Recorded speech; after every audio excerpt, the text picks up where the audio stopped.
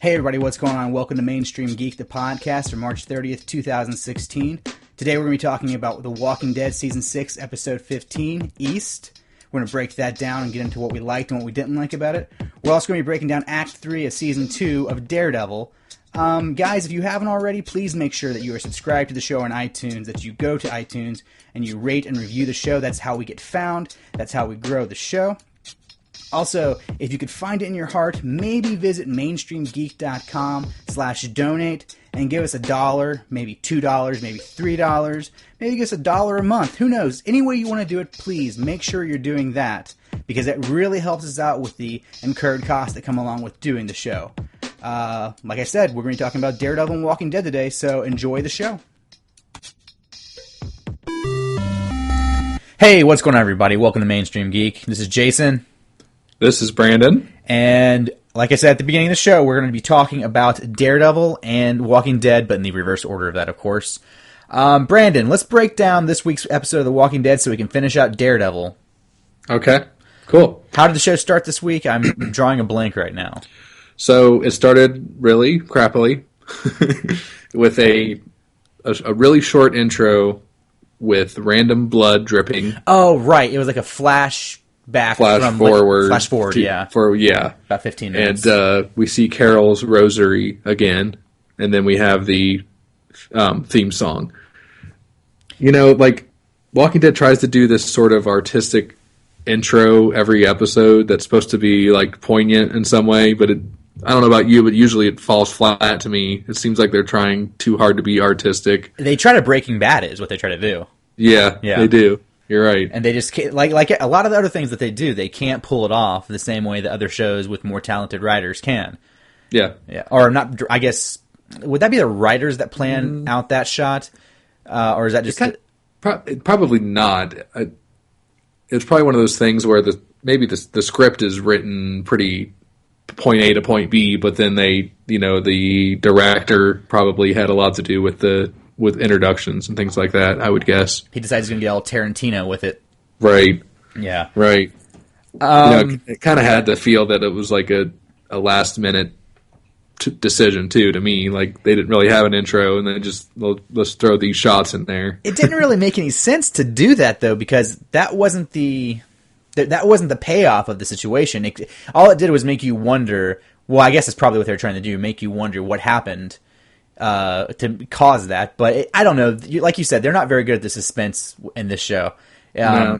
Also, this episode, I gotta say, if this wasn't the second to last episode, I'd be like, well, here we go again. And actually, this is kind of here we go again because they don't have what it takes to fill up a whole season as long as they have a season with anything good. If they just scale back to like 13 episodes, like a Daredevil does. Mm-hmm. I think they would have enough. Like this whole last half of season 6 would totally be filled, and it would all be at least satisfying. But they just don't have the. They get 16 episodes, and they don't have the wherewithal to fill those episodes to where so much to the point. Well, I don't want to spoil the episode. Well, we are spoiling the episode, but spoil the spoil. You know what I'm saying? Right. So then we jump into back into the town. Right. And Rick and Michonne are laying in bed eating an apple. Yeah. And did you notice that they were eating the apple and she said Jesus helped us out or something along those lines? Was that like I did catch that. What's that? I did catch that, and I was confused. That has not been part of her character so far, right? I think she was talking about Jesus the guy, but they were supposed to be Oh, that's right, she was. But I think there was like an alluding to like a religious reference there. She was making a joke, I guess. Yeah. Way. Oh, I don't think it was her making the joke. I think it was the writers trying to be deep, which again they don't have the skills to pull that off.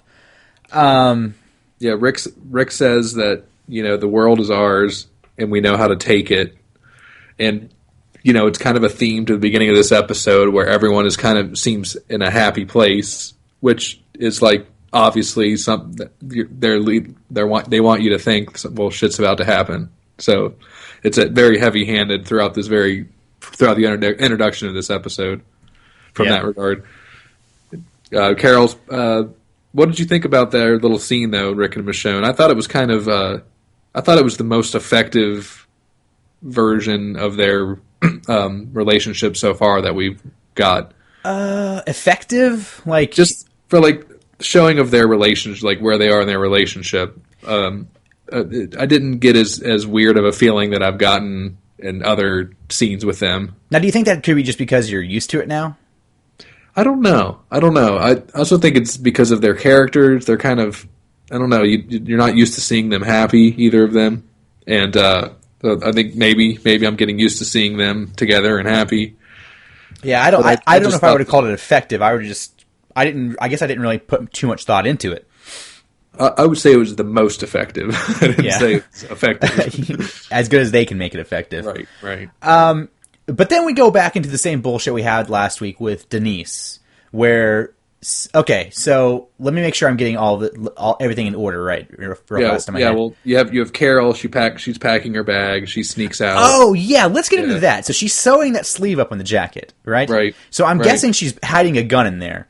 Right. But that's what I gathered too. The gun that she shoots later on is like an automatic rifle, which I don't see how that would... Some kind of giant gun. Yes. Yeah, I don't see how that would fit into that little sleeve that she has. I know she has a. That trench coat kind of deal. It's that dude she's fucking Tobin, yeah. It's his jacket. It's his Carhartt jacket. Oh yeah. So yeah, she's packing up, getting ready to sneak out, like we saw at the end of the last episode. Yeah. And she's got rations and everything ready to go. She's not taking too much, but she's taking enough for herself. And and then they end up having sex. Or did you get that they were having sex there? Yeah, because it was like that night. Yeah. Yeah, they did a little time-lapse thing. And she sneaks out during the night, and that's when she leaves a note. Now, next, we go outside, and we see Daryl pull up to the gate and just take off. Well, I think before all of that was Glenn and Maggie. They had their little shower scene, and Sasha and Abraham had a little scene, and Rosita was giving them the death stare. But that was all during that little Johnny Cash song. Now, does Maggie not have a butt crack? Speaking of that shower scene, because it went way down for days, didn't she? Yeah. But anyways, Daryl leaves. So yeah, Daryl rides off. Yeah, he's going to look for. He doesn't tell us that at this point, but he's going to look for Eugene, the guy with the messed up face. That no, not Eugene. What's his Dwight? Dwight, who Eugene bit his penis last week. Right. And because he wants to finish the job, because if he would have finished the job last time, then Denise wouldn't have died. Mm-hmm. So they let him take off, which is by himself. Which but that's not so unforgivable to me, because like, what are they going to do? But then what they do immediately is they put 4 people. Was it 3 people or 4 people into the cars? Glenn. It was Michonne. Glenn Michonne and Rosita. Yeah, into a van and take off after him. So now they've taken 4 people, 4 of the hard hitters, out of the compound when they're at war, which is Daryl dying would be a bad thing for the team, but 4 people dying would be a terrible thing for the team. Right. I'm glad you had the same issue with that, because Rick had just spent time telling us that they are going to fortify Alexandria, and they're going to wait for the saviors to come, and if they come, we'll be ready for them. And then everyone immediately leaves. Yeah. And then not only that, but Tobin shows up and gives Rick the note from Michonne, like we saw in the last... I think that was a clip in the last episode. And then he takes off with Morgan after her. Right. So now we have 6 people that are missing from the compound. And I don't think... Is there anybody besides Abraham and, I guess, Sasha? That's a real... Sasha and Abraham, and That's a real heavy hitter. Because Maggie's pregnant. Mm-hmm. I guess Carl's there, and I guess the priest is there. What's his name? Abraham. No, Abraham's the big redheaded guy. The priest.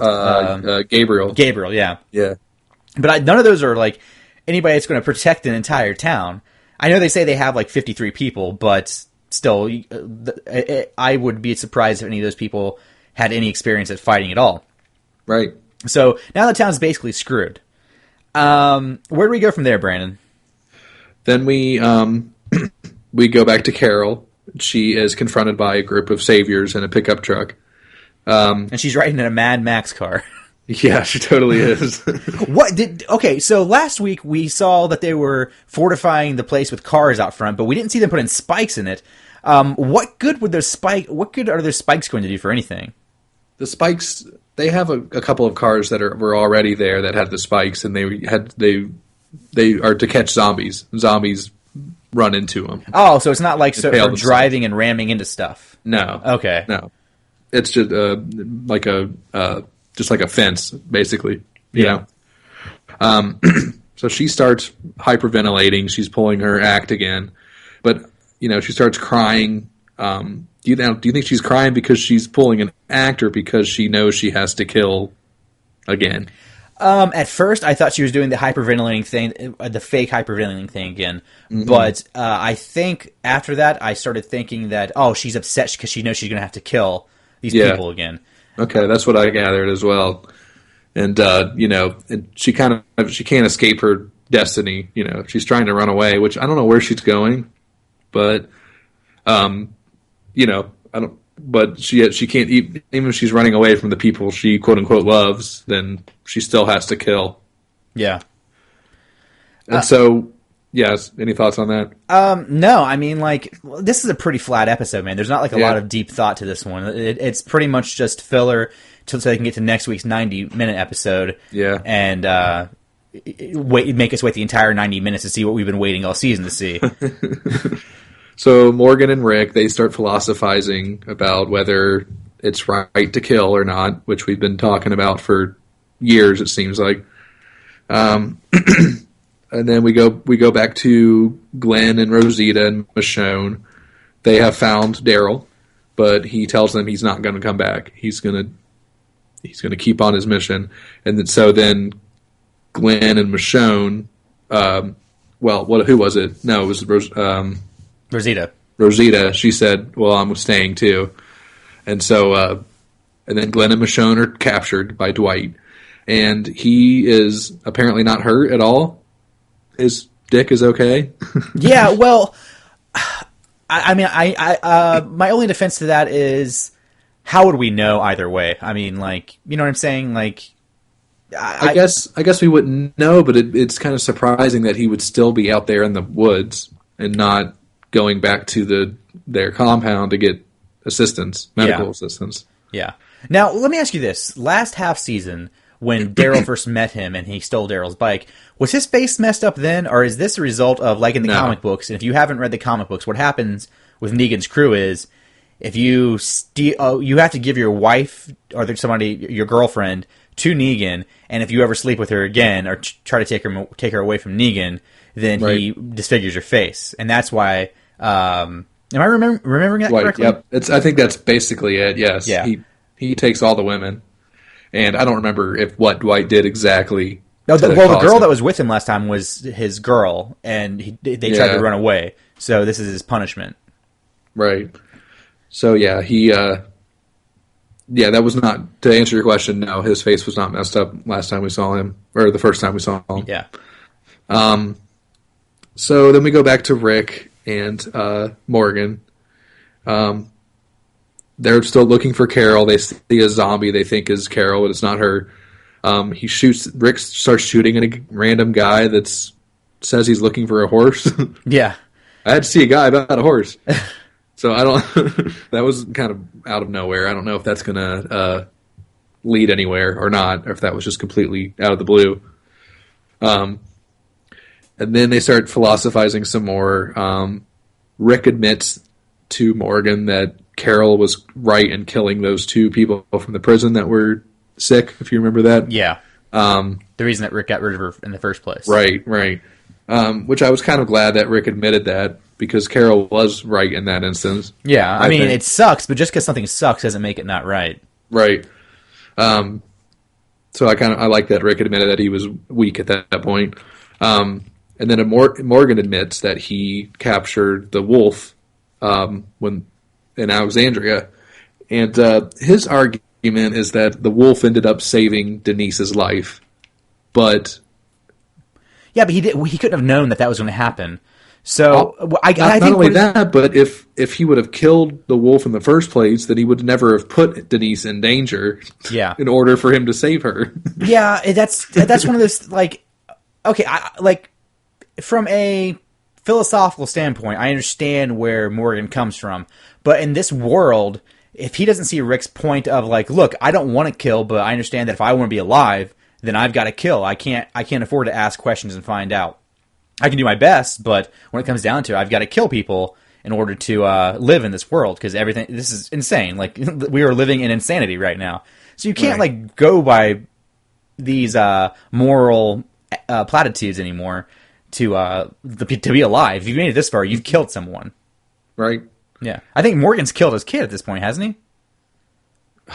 I mean, I think when his kid turned into a zombie. Yeah. Right. But he won't kill zombies now either. So, like, did you notice how he just smacks him in the face with his bow staff and they fall to the ground? How was that killing them?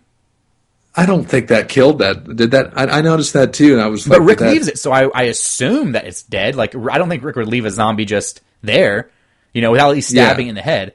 So I don't think that zombies can be knocked unconscious either. Do you? I don't. No. So that doesn't make a lot of sense. But I mean, they're trying really loosely. He's not killing any zombies at all. Are we sure about that? I don't know. I that's the vibe I'm getting from his story. He doesn't like the idea of killing zombies. And like watching him in this episode, all he's doing is whacking them in the face with a stick, and they're falling to the ground. Now, they might be trying to imply that he's killing them, but I don't see how, with the science behind the dying zombies in the show, how that would even accomplish that. Yeah. So that's so I don't know. I just that like I said, this is The Walking Dead, and you have to kind of really suspend your disbelief when you're watching it, because and really just not like you kind of want to be numb for an hour when you're watching this show. It's yeah. So what happens next? So Morgan says he's going to stay there and find Carol, and tells Rick to go home. And so we go back to Maggie. Maggie's getting her hair cut by that teenager girl. She has a strange name, and I can't remember it. Yeah, it's like an old lady's name. Yeah, I can't think of it. Enid. Oh, Enid. Yeah, that's it. And then she starts having sharp stomach pains. So obviously they're setting up for something to happen with her baby. I got a theory on that. Do you? Yeah. So based on the comic books. Based on the comic books. Yeah. Okay. I think I know where you're going, but go ahead. So I don't remember 100% the comic. It's because it's been a few years since I've read the comics. Me too. But if I remember correctly from the comic books, Glenn and Maggie decide they want to go live at the hilltop because she's pregnant with the baby. Right. On the trip to the hilltop is where, and spoilers. So fast forward a little bit or turn the episode off. When they're on the trip to the hilltop, when they're moving, that's when the crew is stopped by Negan, and that's when Glenn has his head bashed in. Right. So, right. I think that I think it's going to be like a close call, and now that Denise is gone, there's no doctor, and that's going to convince Glenn to want to move to the hilltop, where the obstetrician is, because if you remember, that's when they met the right. Yeah. So that's what I think. It's definitely heading that way. Yeah. Now, here's my question with that.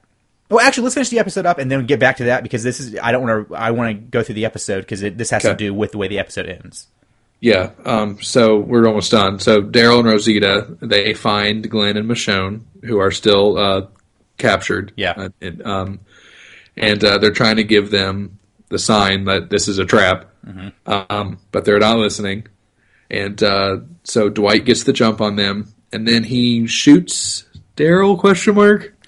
He does shoot Daryl. That happened. That's a real thing. Like, there's no way that he didn't shoot, because blood splattered on the camera lens. Blood did splatter. So, and then he says, "You'll be all right." You'll be all right. Right. So, I don't think Daryl's dead at this point. No, I don't either, because that would be a really terrible way to kill a character. Yeah. Of his. Not terrible like brutal, and terrible like that's really not lame. Yeah, a lame way to kill Daryl. Right. So I think it was just like a shoulder shot or something, just to put him down, like to wound him so he's not as big of a threat. Maybe, yeah. What I don't get is Daryl, Master Tracker, knows where what it looks like when people are hiding and how to follow people. Didn't realize that this was a trap. How he didn't see people surrounding the camp. I thought the same thing. That's a couple of times now that people have gotten the jump on him, and he's supposed to be this super tracker and hunter. I thought the same thing. I mean, they may try to play it off that he's emotionally distressed or whatever, but over Denise, who he's known for a week and a half. Yeah. But well, bonds form quick in the show, if you haven't noticed. That's true. Okay, so back to what I was going to say, but I said I want to finish the episode out. Yeah. Next week we have 90 minutes. Mm-hmm. In that 90 minutes... Okay, did you see the preview for next week? Did I see the preview? Yes, I did. Okay, with Negan? Yes. Okay. So sort of. I mean, the bat. I mean, you didn't really see him. You didn't see him, but you know what's up. He even says his name and everything. So, in this episode, this 90-minute episode, not only if Glenn is the one that dies, not only do they have to get free, they have to get home. They have to decide they're going to the hilltop, where it's more dangerous from Negan. By the way, it's already been expressed of that. But they have to introduce the element of danger and introduce Negan. And I'm guessing that this episode, and I hate saying this, I'm guessing that next week's episode will end with a cliffhanger of who gets their head bashed in. Like, I wonder if they will show the act happening, but not showing who it is. Not show who it's... Yeah. That would really be kind of a bullshit move, because what happened... The suspense isn't about who is killed. The suspense is kind of about, like, what happens because that person was killed. How does the story go from there? For me, at least, that's how the suspense is built. But I really feel like that's what they're going to end up doing, man. That's totally what they're going to do. Yeah. Totally. Because they have to make sure you come back for season 7, and they want to make sure that their ratings for season 7, because remember when this season started, how like it was low, it was all over the news that the show's losing ratings? Well, they want to make sure you come back. So I think whoever dies, actually it doesn't have to be somebody big. They just want to make sure you're there for that episode. So they could kill Tobin for all I know, but then not show you who it is, and that means they don't lose any characters. But they might actually do that earlier in the episode, is kill Tobin or somebody inconsequential. Yeah. So that it's not a total like cliffhanger where no one dies. Someone dies, but you don't know who it is. You know. I just think it'd be such a baller move to like have them do it like halfway through the episode. I'd say start the episode out somehow with that, or like 15 minutes in. You know, maybe not start the episode out. But, like, just show... I want to see what's going to happen, and, like, I want to set up next season for what's... I don't want another season to where I'm waiting for the big thing to happen like we did this season. Like, every season of the show has been. Every season of the show is like, this is coming, and then the last episode you see it, and then it starts the next season, and it's just like, oh, that's over in an episode. Like what's the place the train place they went to? Terminus. Yeah. So, like, that was built up in that final episode of the previous season to be this big thing to wait for, and then you wait for it, and you wait for it, and you wait for it, and it's over in an episode. Yeah. I don't want this to be one of those things. I don't think that is a thing they're going to do. They're going to waste the character of Negan, because they've already built a cell and everything like they do in the comic books. So I think they're actually going to use him, but I just don't want a big build-up for the last episode to turn into wait till you see what happens next season. That's what I'm afraid of. Yeah, but that's their style, unfortunately. That's what's going to happen. That is what's going to happen. It's almost like the old Batman TV show when it was, when they set up a cliffhanger on every episode. Hang above a vat of acid? Yeah, or, like they would finish up the plot, but then they would introduce, and next, and here comes the Penguin, and now what's he up to, and they would set up like find out next week what happened. That's almost what they do. Well, we could jump into Batman and its awful plots all we wanted this week, but I don't think we have the time for that. Okay, Brandon. I could go on and on about that even longer than we did the other night. Yeah. Okay. I think that pretty much sums up this week's episode. There wasn't a lot to it. It was pretty much just a waste of an hour to get you to episode 16, which I'm sure will be a waste of an hour and a half to get you to episode 1 of season 7. So, do you want to jump into a good show? Yes, I do. Please. Okay. Daredevil. Act 3 of season 2. Yeah. What were your thoughts? Oh, I actually had something I want to start off with. I'm sorry. Go ahead. Last week I made a prediction about what was going to happen. If you remember. Refresh my memory. What Kingpin wanted with the Punisher. Right. And about halfway through the week, not halfway through the week, but before I got the chance to watch the episode, I rethought my conclusion, and I told myself that wasn't right. Turns out that was exactly what happened. Like, that was spot on pretty much for what happened. So I psyched myself out of the right answer there. Nice. The thing that Kingpin wanted with Frank Castle was to bring him into prison to... actually, I was kind of wrong, because he wanted to bring him into prison to kill the current reigning Kingpin of the prison. When that didn't result also in Frank's death, he came up with his second plan, his plan C, if you will. Which would be to release Frank into the public to have him finish off the other rival gangs.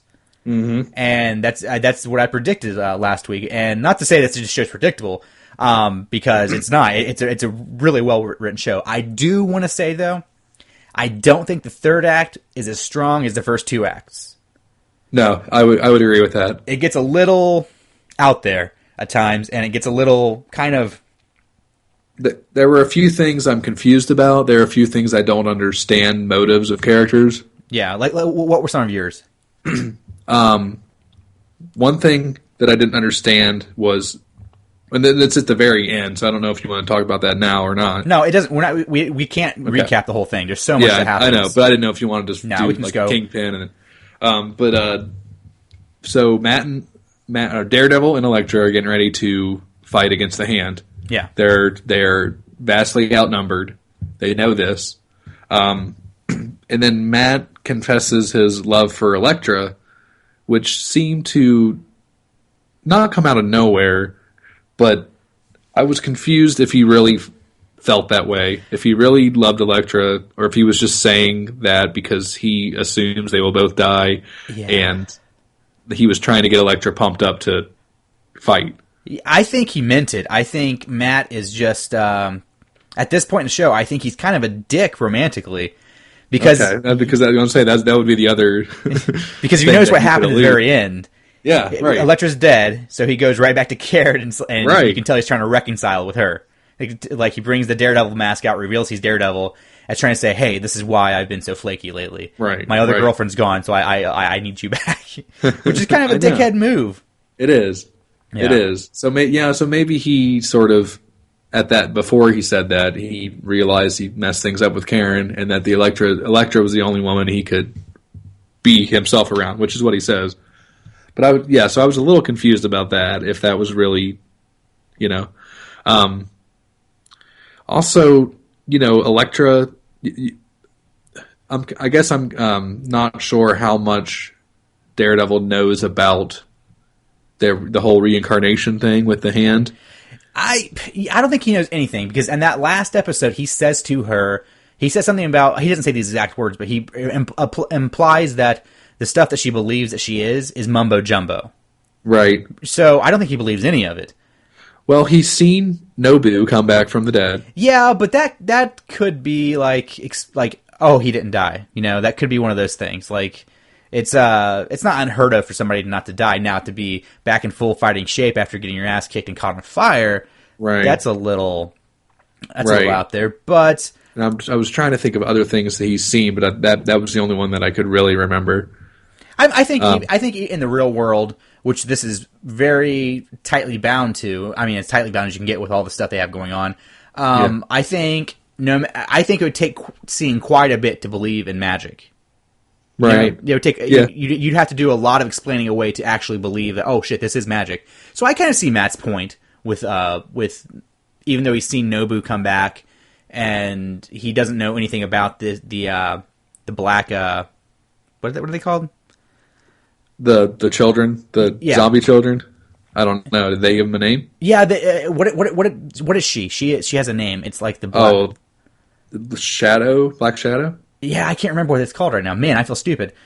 But she is that. She is like the thing that they've been looking for all along. And I could see why he wouldn't buy that she is that. I thought it was kind of weird how they introduced the idea that she was that. It just seemed really convenient. I don't know. There were a lot of weak points in the third act of the season.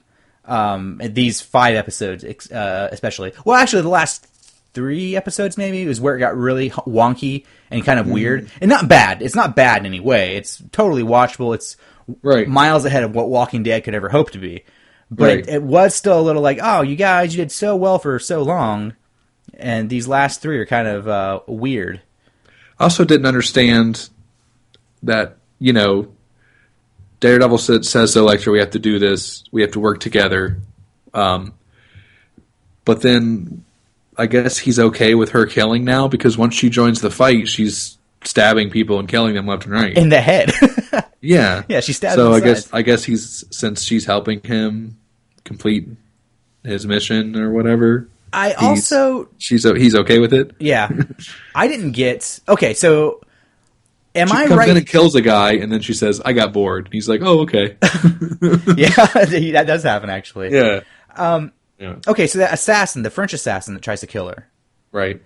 Well, that was awesome, by the way. Yeah, that was a really cool fight. Am I right in assuming that is was why she went to kill Stick at the end there? Yes. Okay, because I felt like they didn't explain that really well, or maybe I just missed it a little bit. But it just seemed like she was fighting that guy. I didn't really figure out who was sending him. He told her when he was dying. She said, "Who sent you the hand?" And he said, "No, Stick did." Oh, okay. I did miss it then. Yeah. Yeah. So I don't get his motivation for wanting to kill her. I know that he says that she's a problem, but she's not really a problem. I don't know. I guess there is a lot with this last part of the season that I'm just not really understanding. Brandon? Yeah. I guess Stick believes, I guess he's bought into the magic. He thinks that there's no way Elektra can ever be good. Right? He thinks that it's a foregone conclusion that she is Black Sky, right? Black Sky, that's it. Yeah, thank you.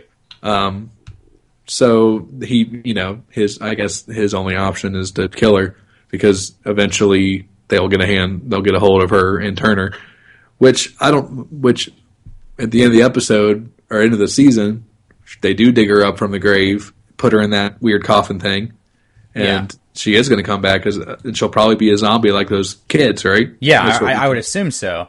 Oh no, she'll probably no. I don't think she'll be a zombie like those kids. Those kids were.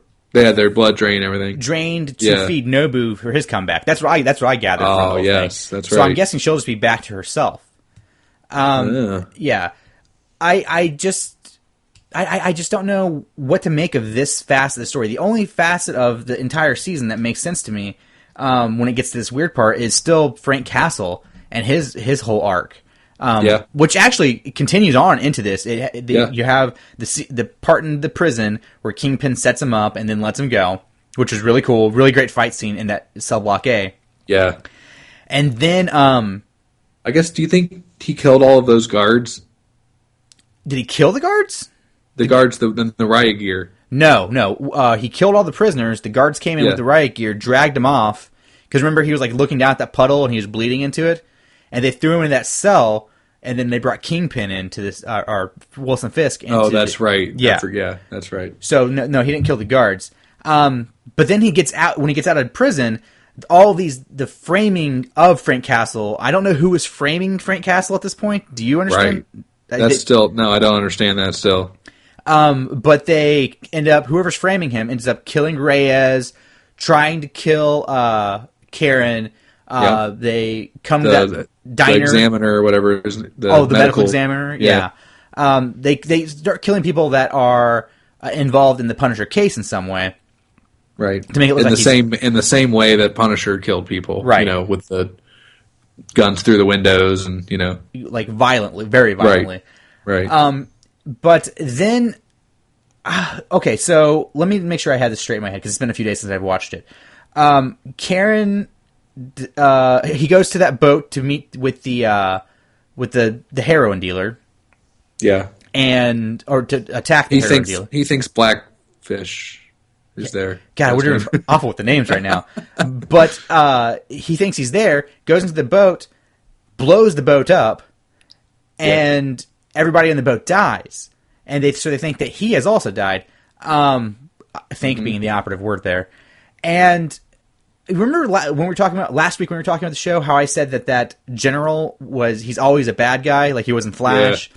Turns out that I was right about that, man, because he was definitely the main guy that is responsible for pretty much everything having to do with Frank Castle, which I found that to be a little contrived. Would you say that that's a fair thing? Because, I don't know, it's just so weird that the guy that Frank Castle went to war with happened to be the guy to orchestrate the shootout in the park where Frank Castle's family happened to be the day that they were killed and his new persona was created. Isn't that a little strange? Yeah, that is a little contrived. I mean, maybe there's more connective tissue that's going to be in the next season because he finds that disc in his house under the picture of him and Colonel Schoonover. Whatever. Yeah. That says Micro Blacksmith. on it. Blacksmith. The Blacksmith. Yeah, that's it. So he finds that CD-ROM that says Micro on it. So maybe... Easter egg there. Micro is the guy who in the comic books who I saw this somewhere that supplies Punisher with all of his equipment. Yeah. So okay. that's what the Easter egg in that. Gotcha. So I don't know. Maybe there's some kind of the connections there will be more fleshed out. But yeah, I agree. It was a little contrived. But the way we find out that General Schoonover is Blacksmith. Is that Karen decides she's going to turn the article on the Punisher into a profile of Frank Castle, and she goes to interview the guy from the trial that had so many nice things to say about him. And the guy's giving an interview, and somehow she recognizes from a photo on the wall that it's the same guy who was mangled from the boat explosion. Yeah, which I don't know how the general put together that she recognized it, but he did somehow. And he decides he's going to kill her, but luckily Frank's there to put in that disco tape into her tape player and let her know that he's there, and he stops it all from happening, kills the blacksmith, finds the blacksmith's shed by complete coincidence, like out in the middle of the woods. I guess we're to assume that's his shed, right? Yeah, but they drove down the road like miles. Like they had, know. Yeah, so I don't know how he just stumbled up on that by accident, but I was confused by that. Yeah. Because they were in that shed, and the blacksmith says, it kind of looks around. He says something like, "Oh, you have lots of. This is like a toyland in here or something." Oh, it's a Punisher shed. I thought it was the blacksmith shed. I thought it was the blacksmith shed too. Okay, I missed it. He seemed to, when he was talking, the blacksmith, he seemed to be looking around like it was the first time he'd been in there. Oh yeah, that's why it's really confusing. Right. So I don't know if he just stumbled upon a random shed that had all of those guns in them. Well, also in a secret hidden shed room. Right. So he opens up his secret room, and we see the Gatling gun that's been in pretty much all the advertisements leading up to the show. Yeah. Which, by the way, we never see him use.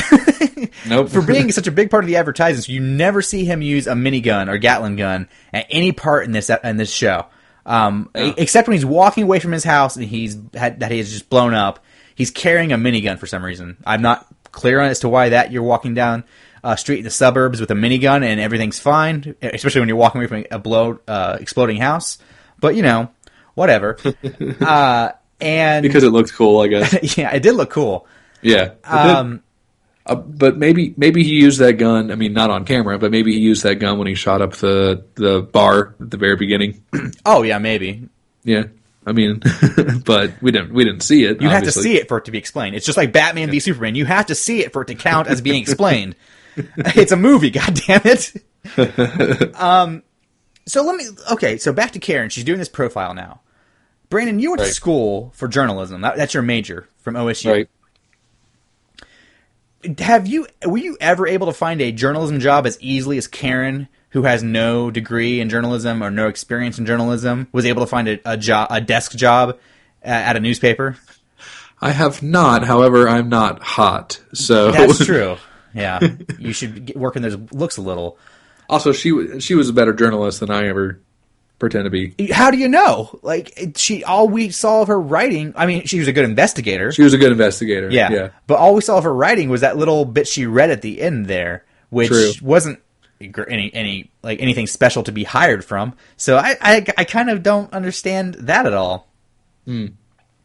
Yeah, maybe. I guess I'm willing to let that go. I'm going to let it go. It's just, it's like when we were talking about Batman v Superman. Yeah.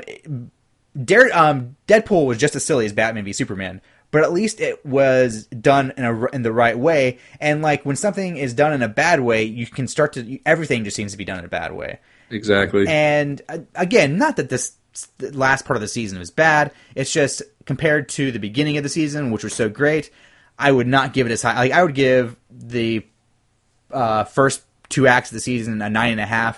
I would give this part of the season like an 8, a 7.5. Right. So the stuff with Kingpin was awesome.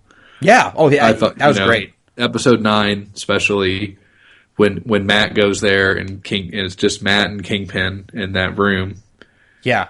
At the prison, that was amazing. That scene was amazing. Did you find Kingpin to be okay? Like last season, he was kind of a badass. It was a cool character last season.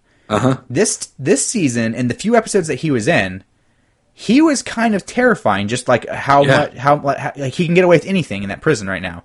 Like he can get away with beating an attorney up. And a blind attorney, and the attorney just has to walk away like nothing happened because no one's helping him, and a cop's standing there watching it happen, but he has so much control over what's going on. And I also thought it was interesting that he's used, he's such a cunning criminal that he's able to use what little resources he has because his attorney comes, by and tells him, you're pretty much cash broke. Your assets are tied up. Everything, all of your money is being used protection money.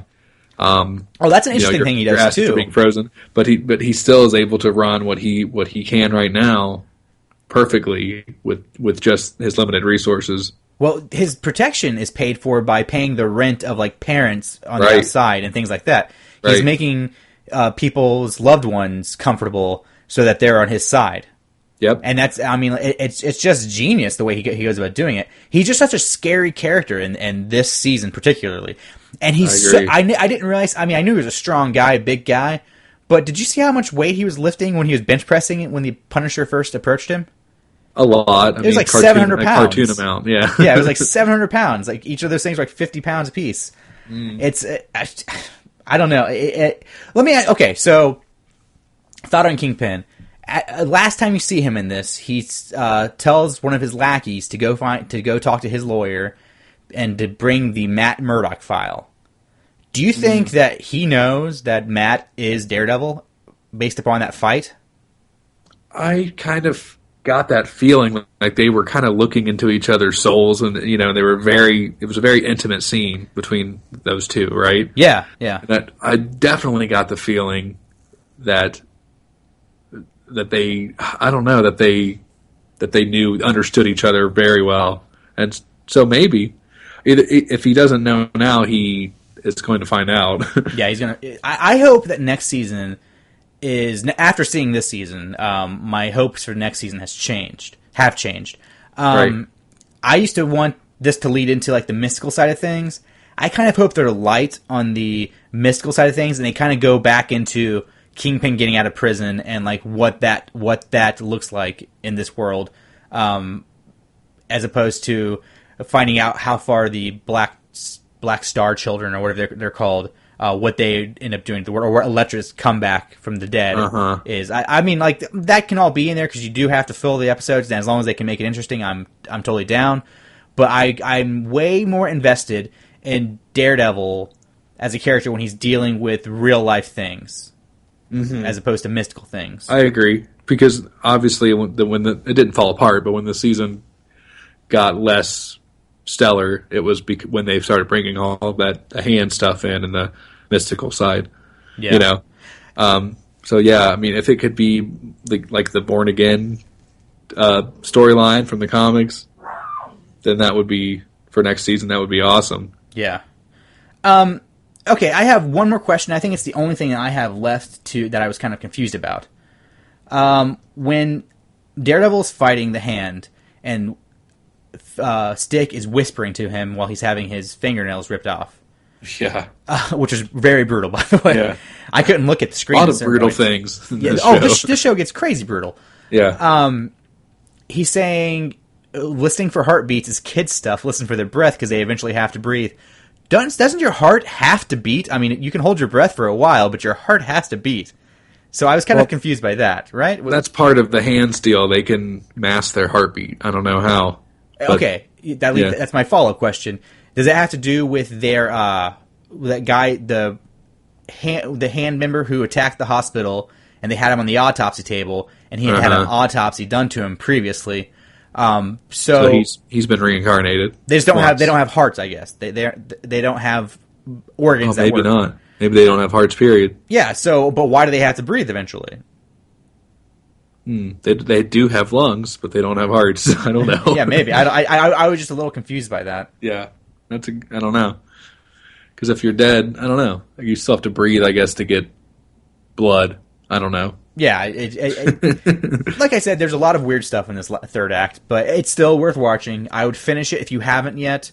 Go ahead and do that because it's still a great show to watch. But it does fall apart, and like we said last week, it's hard to end something on a high note. It's really hard to take any story and satisfyingly end it, especially when you have to stretch it out. I feel like I was the same with last season. And also with Jessica Jones, last season probably could have been a much tighter show at like 8 or 9 episodes, and Jessica Jones the same, could have been like 7, 8, maybe 9 episodes, but they had a lot of stretch out episodes, and I feel like if they would have tightened this up a little bit, they could have had all the same story, but it wouldn't have dragged so much if they would have gotten rid of a few things that were kind of out there just to keep the story going for 13 episodes. Yeah. Do we think Foggy's going to take that job with the lawyer that's on Jessica Jones? He did, didn't firm?